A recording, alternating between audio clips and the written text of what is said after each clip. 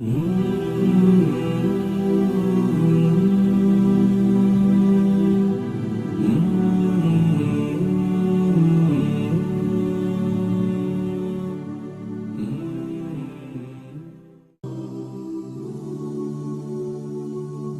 feeling that has to come through our heart, my brothers and sisters, is love of Allah.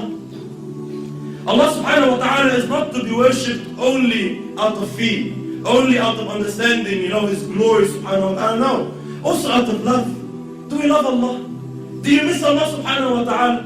Don't you sometimes feel, Allahu Akbar, wallahi in dunya, in worldly relationships, you miss a friend, you pick up the phone and you call him. Say, Wallah, why are you calling me? Wallah, I miss you. Wallah, it's been a while, we didn't catch up. Let's go have a feed somewhere. SubhanAllah, we always have these feelings with human beings.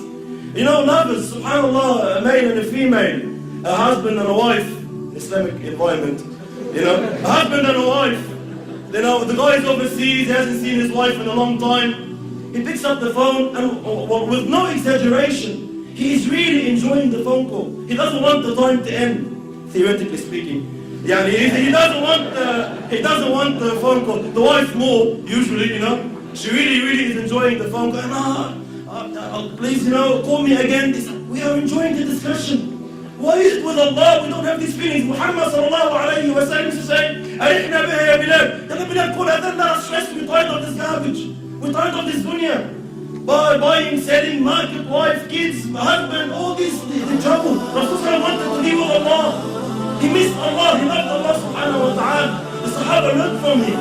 They sat this on sallallahu alayhi wa sallam. The story of Abdullah ibn Amr radiallahu ta'ala anhu, a young man, like many of the youth here, mashallah.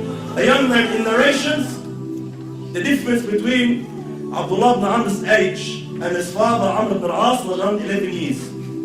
I know it sounds weird, but this was the tradition then. So Amr ibn al-As, his father, had his son when he was 11 years old. Abdullah ibn Amr. So they were like father and son, but there was only like an 11-year gap between them. So very, very, very close to one another. So Abdullah ibn Amr radiallahu anhu was a abid. He was a worshipper of Allah. No mucking around, no joking, fasting every day, tahajjud every night, all night. Fasting in the morning, Allahu Akbar.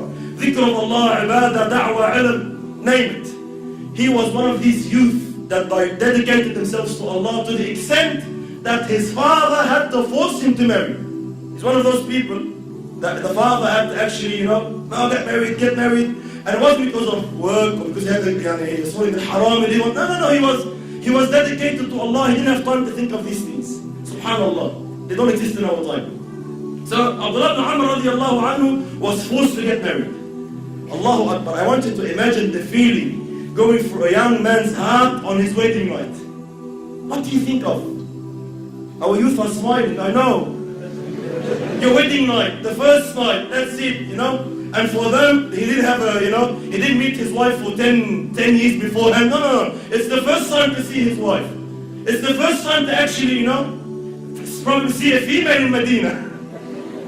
He actually is seeing, they're full of shahwat, they were true men, they're full of desire. And Abdullah ibn Amr radiallahu anhu says to his new wife, Allahu Akbar, please allow me to pray 2 rakat. Allow me to pray 2 rakat. In this time, he's thinking of Allah. In that time, we pray. I don't want to speak about myself, but people that pray Isha on that night, they probably pray 5 rak'at, 3 rak'at. You can't think properly. Abdullah ibn Amr radiallahu anhu in this time is remembering Allah. He's focused on Allah, subhanAllah. He's there, emotion. He's saying, please allow me to pray. How can I spend the night? He wants to pray salah. He starts praying and takes off. Forgets about his wife, forgets about his newlywed, mashallah, dressed up for him beside, he's praying until Adhan al-Fajr.